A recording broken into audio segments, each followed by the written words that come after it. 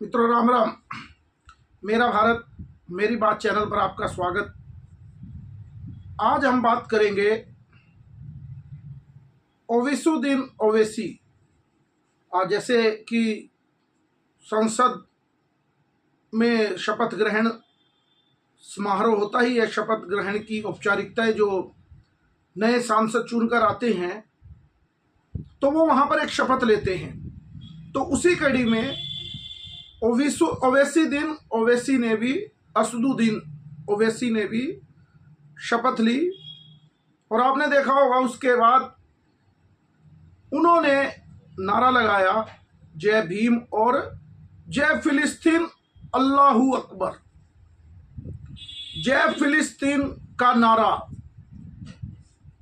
अब आप समझ सकते हैं कि 2024 का जो चुनाव हुआ है जिसमें भाजपा को पूर्ण बहुमत अपने दम पर नहीं आया, और आने वाला जो समय है इस देश में, उसकी परिकल्पना आप इन शब्दों से कर सकते हैं कि जय फिलिस्तीन, यानी कि एक देश जो एक पराया देश है उसके साथ वहां पर इजराइल का युद्ध चल रहा है और भारत देश की अपनी नीति है, लेकिन संसद में खड़े होकर कोई सांसद एक देश का इस तरह से जयगान करे तो इसके पीछे की बड़ी गहरी साजिश। लेकिन हम भारतीयों को कोई मतलब नहीं, हमें तो अपनी जाति पर जीना है, हमें तो अपनी रोटी पर जीना है। देश का क्या होगा इस बात से कोई लेना देना नहीं। लेकिन जो जिज्ञासु मेरे मित्र हैं, हमारे साथी हैं, जो इस बारे में जानते हैं, जानना चाहते हैं, देश के लिए काम करना चाहते हैं, ये सोचते हैं, तो उनके लिए खास तौर पर विषय है ये, क्योंकि गहरे विषय हैं। तो इनकी बैकग्राउंड में, इसके इतिहास में जाना होगा कि जय फिलिस्तीन का नारा ये क्यों लगा। आपको याद हो, बहुत से दर्शकों को जिसने अध्ययन किया है उनको मालूम भी होगा, लेकिन जिन्होंने अध्ययन नहीं किया उनकी जानकारी के लिए भी है कि इजराइल और फिलिस्तीन में युद्ध हो रहा है। ये सबको ही पता, ताजी घटना है। लेकिन इसके पीछे का इतिहास क्या है। इजराइल का जो देश है वो यहूदियों का देश है। सबसे पहले यहूदी थे वहां, क्योंकि हमें इतिहास जानना चाहिए कि आज जिस पे हमारा मकान खड़ा या घर खड़ा है उसके नीचे में नींव किसकी किस तरह से डली है। तो इस नारे के बारे में भी, जो नींव है उसके बारे में भी हमें जानना ही चाहिए, अध्ययन करना ही चाहिए दूसरे देशों का। तभी हम अपने देश को किसी सही दिशा में ले जा सकते हैं। तो जब शुरू में 7वीं 6ठी 7वीं उसमें दशक में यहाँ पर यहूदियों का राज था, तो पहले रोमन लोगों ने, रोम के लोग जो ईसाई थे, उन्होंने अपना धीरे धीरे से कब्जा जमा लिया और यहूदियों को खदेड़ दिया। फिर बाद में मुस्लिम लोग जैसे मुगल आए यहाँ पर भी, तो वहाँ पर भी मुगलों का भी उस तरह से एक प्रकार का शासन मुस्लिम लोगों का और वहाँ होना, और धीरे धीरे धीरे धीरे यहूदी लोग वहाँ से निर्वासित होकर पूरे विश्व में चले गए अलग अलग जगह से। लेकिन उनके मन में एक तमन्ना रहती थी कि हम अपना इजराइल, क्योंकि वहाँ की जो राजधानी है वो इस समय तेल अवीव है, लेकिन उनके मन में हमेशा एक सम्मान रहा एक शहर का, जिसको बोलते हैं यरूशलेम। यरूशलेम के बारे में आप जानेंगे, वहाँ का एक पुराना शहर है यरूशलेम, 3री 4थी शताब्दी का बसा हुआ शहर है, एक पुराना शहर है, एक नई सिटी भी है। वहाँ पर उस शहर पर कब्जे को लेकर जबरदस्त वहाँ विवाद रहता है, क्योंकि यहूदी ये कहते हैं कि उनके जो सुलेमान थे, वहाँ पर एक मंदिर है सुलेमानी टेम्पल के नाम से, उनके जो राजा थे उन्होंने बनाया। तो उनका मानना है कि हमारे जो ईस्ट है वहाँ पर हमारे भगवान का वास, उनके जो भी जिनको वो मानते जिस धर्म को, वहीं से है। और क्रिश्चियन भी यही कहते हैं कि जो क्रिसमस, जो उनके जीसस हैं, उनका जन्म और उनका जो मृत्यु हुई, जो क्रॉस पे उनको टांगा गया, तो वहाँ वो स्थान यरूशलेम है।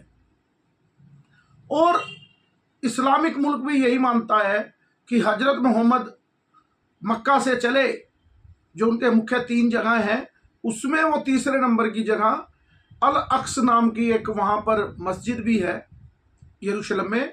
वो कहते हैं मुस्लिम लोग कि हजरत मोहम्मद मक्का से चले और यरूशलेम आए, एक पत्थर पर आकर खड़े हुए और उन्होंने जंप लगाया, एक जंप लगाया और वो सीधा उड़कर ऊपर जन्नत में गए, खुदा से मिले, बात की और उनका संदेश लेकर वापस उसी पत्थर पर आकर खड़े हो गए, कूदे, जंप लगाया, ऊपर गए और नीचे आ गए। तो उनके लिए भी वो मान्यता का स्थान है। इसलिए तीनों के लिए अपनी अपनी मान्यताओं के साथ ये रहता है कि यरूशलेम हमारा होना चाहिए। वहाँ पर 75% आबादी यहूदियों की है, 10-15% मुस्लिम है और 10% के लोग, सभी धर्मों के लोग रहते हैं। तो मुख्य झगड़ा उस जगह का है। तो कहने का मेरा मतलब, जो मैं बात बीच में यरूशलेम की लाया, कि जब भी इजरायली लोग बाहर रहते थे, पूरे विश्व में जब एक दूसरे से यहूदी मिलता था तो वो एक ही बात कहता था, उनके अपने देश के प्रति प्रेम की बात है, वो एक ही बात कहता था कि हम जब भी मिलेंगे तो अगली बार यरूशलेम में मिलेंगे। यानी उनके जीवन का एक ही सपना। आज हम भारत में बड़े सुखी हैं, लेकिन लगता है कुछ समय बाद हो सकता है ऐसी परिस्थितियाँ हो, हम भी लोग जैसे जम्मू कश्मीर से कश्मीरी पंडित आए, 1947 के बंटवारे से पश्चिमी पंजाब से लोग उजड़ कर आए, लेकिन अभी यहाँ तो आकर बस गए। लेकिन जब सब लोग उजड़ जाते हैं तो इनका एक ही नारा आता है कि हम अपनी मातृभूमि, हमारे पूर्वजों की भूमि पर जाएं। तो यहूदी भी जब भी आपस में मिले तो कहते कि यरूशलेम में मिलेंगे। तो उसके बाद परिस्थितियां बदलती गई, वो फैलते रहे और हर जगह उनके साथ बड़ा बुरा बर्ताव हुआ, क्योंकि नाजी का साम्राज्य था, जैसे नाजियों का कब्जा था हिटलर के रूप में जर्मनी में। उन्होंने भी यहूदियों के साथ बड़ा अत्याचार किया, मुस्लिमों ने भी बड़ा अत्याचार किया, और रोमनों का तो शुरू से ही यहूदियों के साथ युद्ध चलता ही रहता था। तो इतिहास जो बताता है, जब उनका इस तरह से निर्वासित हुआ तो द्वितीय विश्व युद्ध जब 1939 से लेकर 1945 तक चला, तो उस समय पर भी जब युद्ध हो रहा था जर्मनी और इंग्लैंड में, क्योंकि कुछ मित्र देश थे और जर्मनी एक तरफ था, तो जब युद्ध हो रहा था तो इंग्लैंड की हार लगभग तय हो रही थी। हिटलर की सेनाएं बहुत बमबारी कर रही थी, आप इतिहास पढ़ेंगे। तो एक जगह क्या हुआ, वो उनके जो सेनापति थे अंग्रेज के, वो यहूदी थे, रॉबर्ट वीरेन करके, कुछ गुरेन करके उनका नाम था। तो जब ऐसे करते करते उनकी युद्ध नीति की वजह से अंतिम समय में इंग्लैंड को, ग्रेट ब्रिटेन को सफलता मिल गई। जैसे इंग्लैंड को यानी ग्रेट ब्रिटेन को सफलता मिली युद्ध के बाद, तो उन्होंने अपने उस कमांडर चीफ को बुलाया, वहाँ की महारानी ने, कि हम बड़े प्रसन्न हैं, आपको क्या चाहिए।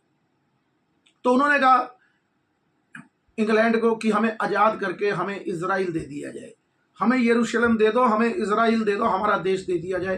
क्योंकि फिलिस्तीन और इजराइल जो मिक्स था, वो उस पर इंग्लैंड का बहुनिवेश था, इंग्लैंड का कब्जा था ग्रेट ब्रिटेन का। तो उन्होंने की एक ही मांग थी। तो वहाँ की महारानी ने खुश होकर 1948 में ग्रेट ब्रिटेन ने इजराइल को स्वतंत्रता दे दी, और इस तरह से सभी यहूदी लोग धीरे धीरे इजराइल में आकर बसने लगे जो इधर उधर रह रहे थे।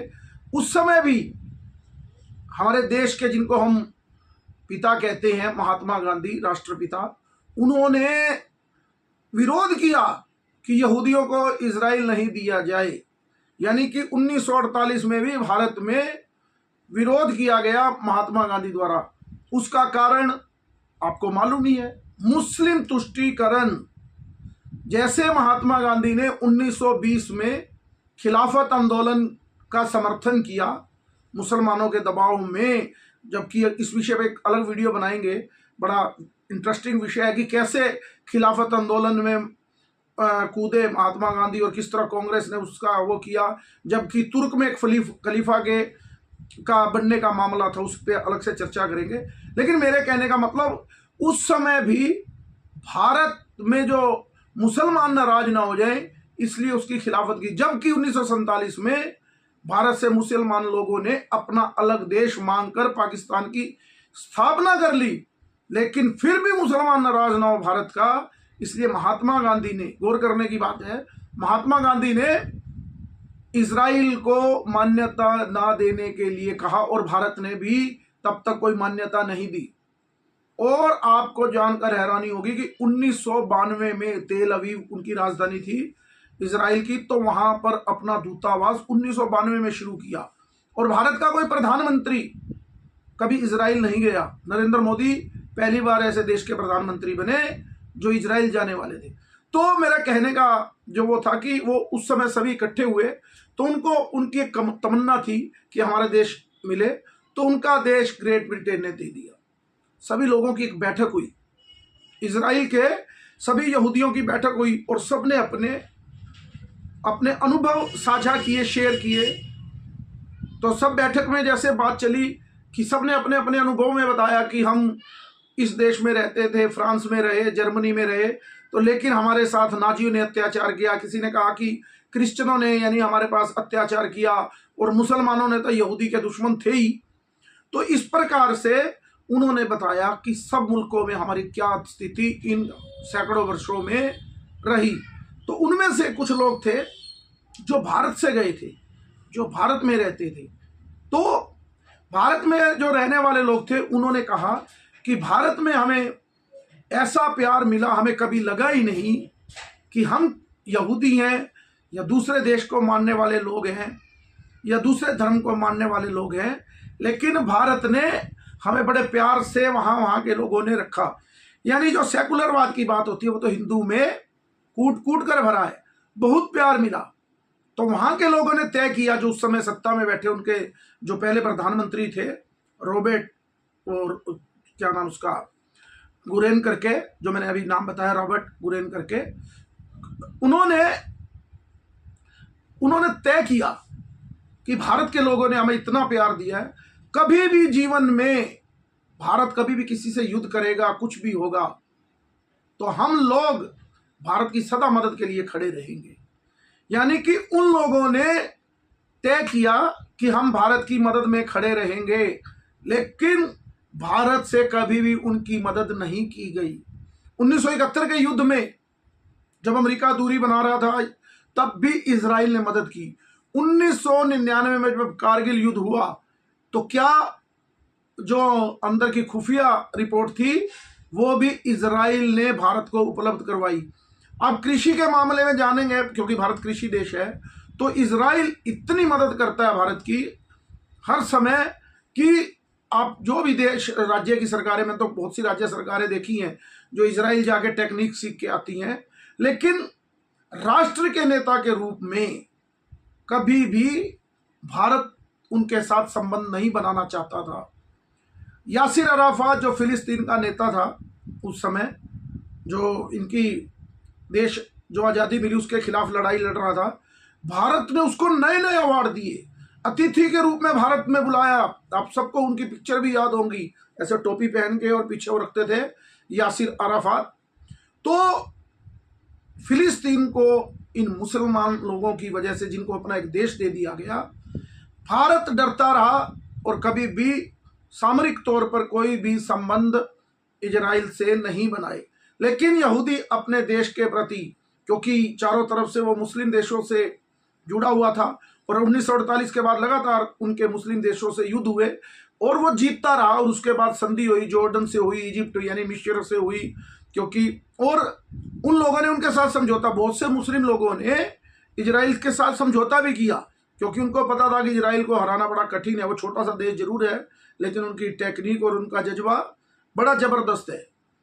तो उसके बाद कुछ देशों ने संधि की, लेकिन ईरान और फिलिस्तीन और कुछ और देश उनके खिलाफ आज तक युद्ध में हैं, क्योंकि उनको लगता कि हमें इजराइल को ही हराना है। और उसी सोच में भारत के मुसलमान भी हमेशा अपने आप को किससे जोड़ते हैं? फिलिस्तीन से। आपको भी काफ़ी सोशल मीडिया पे वीडियो दिखी होंगी कि रफ़ा शहर है जो, उस पर आक्रमण किया जब इजराइल ने, कुछ वीडियो आई तो यहाँ के बहुत से लोगों ने और सेकुलर वामपंथी गिरोह ने भी मिलकर तबाही मचा दी, मानवीयता की बात। लेकिन जब पहला हमला इजराइल पर हुआ फिलिस्तीन के हमास द्वारा, तो यहाँ के सेकुलर और मुस्लिम बुद्धिजीवी और भारत के जो सेकुलर लोग हैं उनकी तरफ से कभी आवाज़ नहीं आई।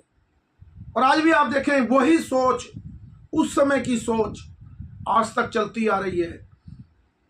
ओवैसी साहब भारत माता की जय, कभी भी आपने टीवी में डिबेट दी होगी, उनका बोले हम भारत माता की जय नहीं बोल सकते क्योंकि हम केवल अल्लाह के सामने झुकना जानते हैं, हम भारत माता की जय नहीं बोलेंगे। लेकिन आज उस संसद में वो क्या बोल रहे हैं, जय फिलिस्तीन, यानी फिलिस्तीन की जय बोल रहे हैं।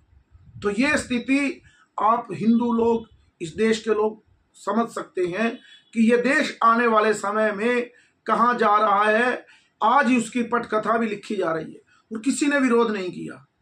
और एक और घटना हुई उसके जवाब में, भाजपा के कुछ सांसदों ने भी आज, जैसे बरेली के सांसद हैं गंगवार साहब, उन्होंने जय हिंदू राष्ट्र बोल दिया। जैसे उन्होंने बोला अल्लाहू अकबर, तो इधर से भी आवाज आई जय हिंदू राष्ट्र। उसी समय आप देखें पीछे से आवाज आ रही है विपक्ष की तरफ से, ये संविधान विरोधी हैं, ये वो हो गया, हिंदू राष्ट्र कैसे बोल, यानी कि विरोध शुरू हो गया उसी समय ही। यानी हिंदू नाम लेने पे, जो 1925 में डॉक्टर हेडगेवार ने संघ की स्थापना की थी, उस समय भी हिंदू नाम लेने से लोगों को डर लगता था। 10 साल के राज में कुछ तरक्की आई, हिंदू जागृत हुआ, बहुसंख्यक देश का जागृत हुआ, तो मोदी ने उस हिंदू जागरण के कारण इजराइल के साथ रिश्ते बनाने शुरू किए। लेकिन यहाँ के जो सेकुलर और बुद्धिजीवी और मुस्लिम संप्रदाय के लोग हैं उनको रिश्ते पसंद नहीं आए। ये जो लोग कहते हैं ना कि 98% 99% वोट मुसलमानों का एक मुश्त भाजपा को हराने के लिए गया, उसका एक कारण ये भी है कि विदेश नीति भी हम तय करेंगे, आपको कौन से देश के साथ खड़ा होना। अगर आप इजराइल के साथ खड़े होंगे तो हम आपके साथ नहीं हैं। यानी कि ये लोग बात संविधान की करेंगे, लेकिन देश में जो भी होगा वह सरकार जो चुनी जाएगी वो तय करेगा। लेकिन जो सरकार तय करती है विदेश नीति, उसके खिलाफ संसद में खड़े होकर शपथ लेते समय ऐसे नारे लग रहे हैं। तो बहुत से लोगों को इस इतिहास को भी पढ़ना पड़ेगा पूरी तरह से। जैसे मैंने बताया कि 1948 में 1947 में विरोध किया महात्मा गांधी ने भी, यानी कि कितनी उसी पे कांग्रेस चलती रही और कभी भी इजराइल के साथ संबंध नहीं बनाए। जो समय पड़ने पर हर समय बुरी स्थिति में भारत के साथ खड़ा रहा, ऐसा इजराइल उसके साथ भारत को खड़ा दिखने में भी आपत्ति थी, केवल कुछ इन देश विरोधी लोगों के कारण। तो आपको ही तय करना होगा कि भारत आने वाले समय में किस ओर जाने वाला है। मैं तो बड़ी दूर तक देख रहा हूं कि भारत की परिस्थितियां अभी सामान्य नहीं रहने वाली। ये क्या, जैसे तिरंगे की आड़ में शाहीन बाग में लोग बैठे थे, अब आप देखना नया प्रोजेक्ट क्या है, संविधान की वो पुस्तक लेके ये सामने रखेंगे और उस पुस्तक के पीछे पीछे इस देश विरोध के कितने बड़े बड़े कांड इस देश में होने वाले हैं। मुझे लगता है मेरी की ऐसी स्थिति बनेगी तो हम लोगों को भी और आप लोगों को भी इस विषय को समझना चाहिए, क्या विदेश नीति है, अध्ययन करना चाहिए और देश के बारे में विचार करना चाहिए कि देश किस स्थिति की ओर जा रहा है। आज के अंक में इतना ही। मेरी ये बात पसंद आए लाइक कीजिए, सब्सक्राइब कीजिए और शेयर कीजिए। भारत माता की जय, वंदे मातरम।